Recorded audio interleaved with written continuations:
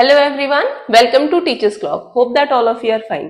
तो आज के हमारे इस वीडियो में हम उत्तराखंड के उत्तरकाशी डिस्ट्रिक्ट से रिलेटेड एक विषय पे बात करेंगे, उसके बारे में डिस्कशन करेंगे। आज 15 जून है। 15 जून ही वो तारीख है जहां पसमानदा मुस्लिम्स, जो कि माइनॉरिटी कम्युनिटी है उत्तराखंड की, उन्हें ये एक थ्रेट कह लीजिए या ये चेतावनी कह लीजिए, ये मिली थी कि 15 जून तक उन्हें उत्तराखंड को छोड़ करके कहीं और पलायन कर देना चाहिए। दरअसल ये सारा मामला जो है वो 26 मई से शुरू होता है। 26 मई को दो लोग एक नाबालिग लड़की का अपहरण करने की कोशिश करते हैं। अपहरण तो हो नहीं पाता, नाकाम हो जाता है और इन दोनों ही लोगों की गिरफ्तारी कर ली जाती है। दोनों लोगों की गिरफ्तारी और पूछताछ करते हुए हिरासत में ये पता चलता है कि उनमें इन दो लोगों में से एक इंसान जो है, एक बंदा जो है, वो माइनॉरिटी कम्युनिटी का है, यानी पसमानदा मुस्लिम्स कम्युनिटी का है। अब इसके बाद से वहां जो कम्युनल टेंशन्स है वो अब तक रुकने का नाम नहीं ले रही है।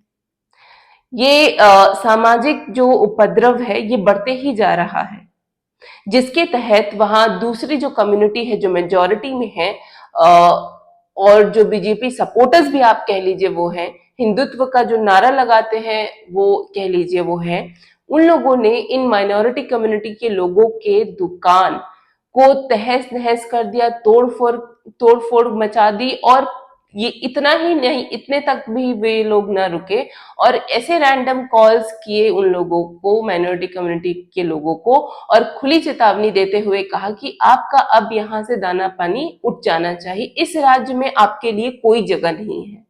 दरअसल ये पूरा मैटर, ये पूरा इशू तब तूल पकड़ने लगा जब इसे लव जिहाद का नाम दे दिया गया, क्योंकि यहाँ जो बच्ची थी वो एक माइनर थी, नाबालिग थी और हिंदू कम्युनिटी से बिलोंग करती थी। और इन दोनों दो दो जो लोग पकड़े गए हैं उनमें से एक बंदा, जैसा कि मैंने बताया कि वो माइनॉरिटी कम्युनिटी का था, पसमानदा मुस्लिम कम्युनिटी का था।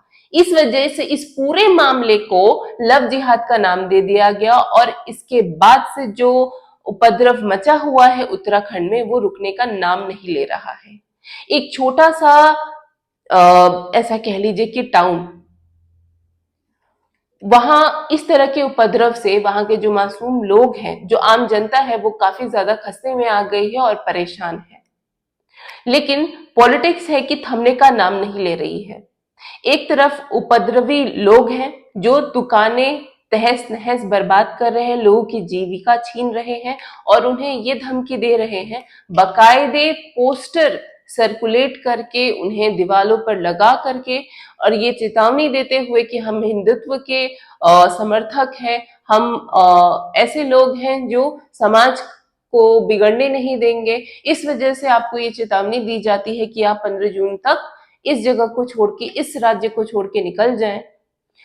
दूसरी तरफ जो माइनॉरिटी कम्युनिटी है, वहां के लोग, उस कम्युनिटी के लोग परेशान हैं और वहीं पे ऐसे भड़काऊ बयान आते हैं उत्तराखंड के सीएम से, जो ये कहते हैं कि लव जिहाद के लिए इस राज्य में कोई जगह नहीं है, जिसकी वजह से मामला और तूल पकड़ लेता है। और इसके बाद AIMM के जो चीफ हैं असदुद्दीन ओवैसी, वो कहते हैं कि बीजेपी गवर्नमेंट अमन शांति बरकरार रखने में और माइनॉरिटी कम्युनिटी की सिक्योरिटी, उन्हें प्रोटेक्शन देने में, उनकी देखभाल करने में नाकाम रही है। बीजेपी गवर्नमेंट ने पसमानदा मुस्लिम्स को धोखा दिया है, क्योंकि इस तरीके से उनकी आए दिन रोज रोज थ्रेटनिंग जो एक्टिविटीज हैं या फिर उन्हें भगाने की, खदेड़ने की एक्टिविटीज आमतौर पे अब कॉमन हो चुकी हैं। वहीं उत्तराखंड के पुलिसकर्मी की बात करें, पुलिस कर्मियों की बात करें और वहां की पुलिस की बात करें, तो पुलिस ने ये कहा है कि वह लोगों से एक्चुअली जो वहां की आम जनता है और जो ये इस तरह के उपद्रवी हैं, उन लोगों से ये दरखास्त की है कि राज्य में अमन और शांति बरकरार रखें और अमन और शांति बरकरार रहे और ये जो आपका सांप्रदायिक उपद्रव है वो आगे और तूल ना पकड़े। इस वजह से बहुत सारे पुलिस ऑफिशियल को वहां इस पूरे स्थल में, पुरौला में पुरोला जो छोटी सी जगह है जहां ये पूरी घटना हुई है, वहां तैनात किए गए हैं। इसके विरोध में अब ये जो मुस्लिम कम्युनिटी है, माइनर कम्युनिटी, इस कम्युनिटी के बहुत सारे ऐसे लीडर्स जो हैं वो इन सारी चीजों के विरोध में इस तरह के बर्ताव, इस तरह के एक्टिविटीज और इस तरह के आपत्तिजनक सर्कुलेशन में सर्कुलेशन कह लीजिए, थ्रेट कह लीजिए, इस सब का विरोध जताने के लिए एक महापंचायत बुलाई है 18 जून को। ये प्रोटेस्ट अपनी रजिस्टर कराने के लिए बुलाया गया है। लेकिन इस सब में जो मेन मुद्दा है वो ये है कि पॉलिटिक्स इन्वॉल्व हो सकती है इस मैटर को शांत करने के लिए, लेकिन सिंस 2024 में इलेक्शंस हैं, तो इस मामले को अलग ही एंगल दिया जा रहा है।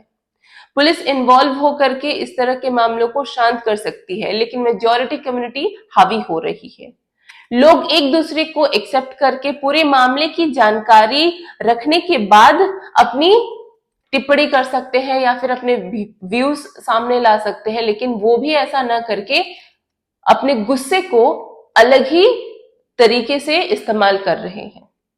क्या ये एक फेयर एंड जस्ट सोसाइटी के लिए या फिर एक आदर्श समाज के लिए सही है? इसके बारे में सोचिएगा जरूर और अपने कमेंट्स अपने व्यूज को हम तक जरूर पहुंचाइएगा हमारे कमेंट बॉक्स में। मिलेंगे अब हम अपने नेक्स्ट वीडियो में। Till then take very good care of yourself. एक रिस्पॉन्सिबल नागरिक बनिए, भारतीय नागरिक बनिए। आशा करते हैं कि आप सब यही करेंगे और अपने आस पड़ोस में, अपने घर में और पूरे देश में अमन और शांति कायम रखेंगे। Till then, take very good care of yourself once again and thank you very much.